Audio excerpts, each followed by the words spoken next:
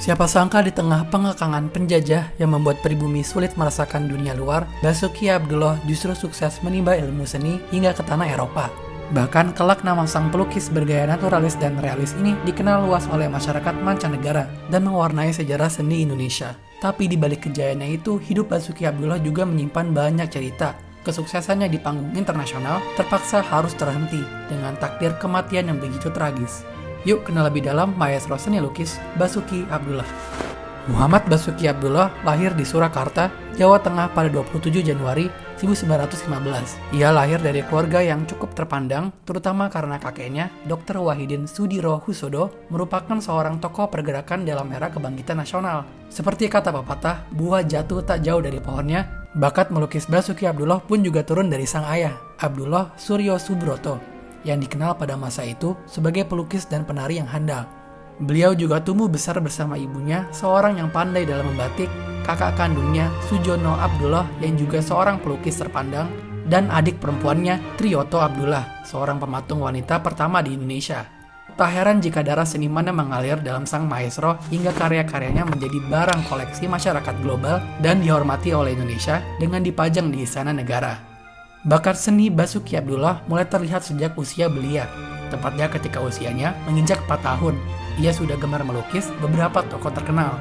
Secara resmi, lukisan pertama yang dibuatnya adalah lukisan potret sederhana di atas kertas dengan bermodelkan pensil saat berumur 10 tahun. Lukisan itu ia beri nama Mahatma Gandhi. Kemudian ketika usianya memasuki masa remaja pada tahun 1933, mengikut sertakan karyanya untuk pertama kalinya dalam sebuah pameran. Tak hanya berhenti pada sebatas bakat amatir, Basuki Abdullah tertarik untuk memperdalam ilmu seninya dalam pendidikan yang lebih formal. Pada 1933, ia memperoleh beasiswa untuk belajar seni di Den Haag, Belanda. Setelah menyelesaikan studinya, beliau masih haus akan ilmu, sehingga perjalanannya menimba ilmu ini dilanjutkan di Paris dan di Roma. Disinilah ia banyak bertemu dan belajar dari pelukis dunia. Adapun nama Basuki Abdullah mulai dikenal dunia. Kala itu, ia memenangkan sayembara melukis saat penobatan Ratu Juliana di Amsterdam, Belanda pada tahun 1948. Ia berhasil mengalahkan 87 pelukis Eropa. Karirnya pun semakin memuncak tatkala ia diangkat sebagai pelukis istana di kedua negara di tahun 1960-an, yaitu di Indonesia dan juga di Thailand. Diangkat langsung oleh Raja Thailand untuk menjadi pelukis di istananya. Semasa hidupnya, beliau telah menciptakan berbagai macam karya yang terkenal di seluruh penjuru dunia. Banyak karya fenomenal Basuki Abdullah berupa potret tokoh perempuan ternama, seperti dalam karyanya yang paling ikonik yaitu lukisan Nyi Roro Kidul. Lukisan yang menyimpan banyak misteri, karena dari hasil lukisan tersebut melibatkan semua model yang berperan sebagai Nyi Roro Kidul mengalami nasib yang kurang baik, bahkan ada yang meninggal dunia. Diketahui terdapat banyak versi lukisan Nyi Roro Kidul dengan gaya berbeda, dan salah satunya menjadi koleksi Presiden Soekarno.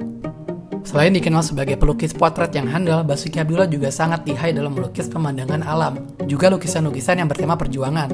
Sehingga nggak heran lagi jika semasa hidupnya ia banyak menggelar pameran tunggal, baik dalam negeri maupun juga di luar negeri, seperti di Thailand, Malaysia, Belanda, Inggris, Jepang, Portugal, dan masih banyak lagi.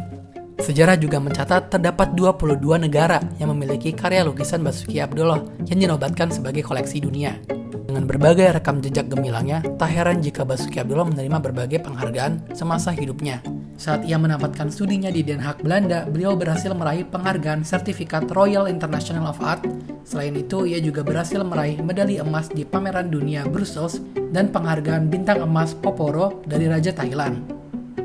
Meski tak pernah mengumumkan pensiun, Basuki Abdullah terpaksa harus menghentikan langkahnya di dunia seni pada 5 November 1993. Saat itu ia ditemukan tewas di kediamannya yang berlokasi di Cilandak, Jakarta Selatan. Usut punya usut, ternyata Basuki Abdullah tewas akibat oleh sekelompok perampok yang menyatroni rumahnya. Hingga kini, nama Basuki Abdullah tetap hidup dalam ingatan, tak hanya di dunia seni internasional, tapi di tanah kelahirannya, Indonesia. Sebagai bentuk penghormatan, pemerintah menjadikan kediaman terakhir sang maestro sebagai Museum Basuki Abdullah.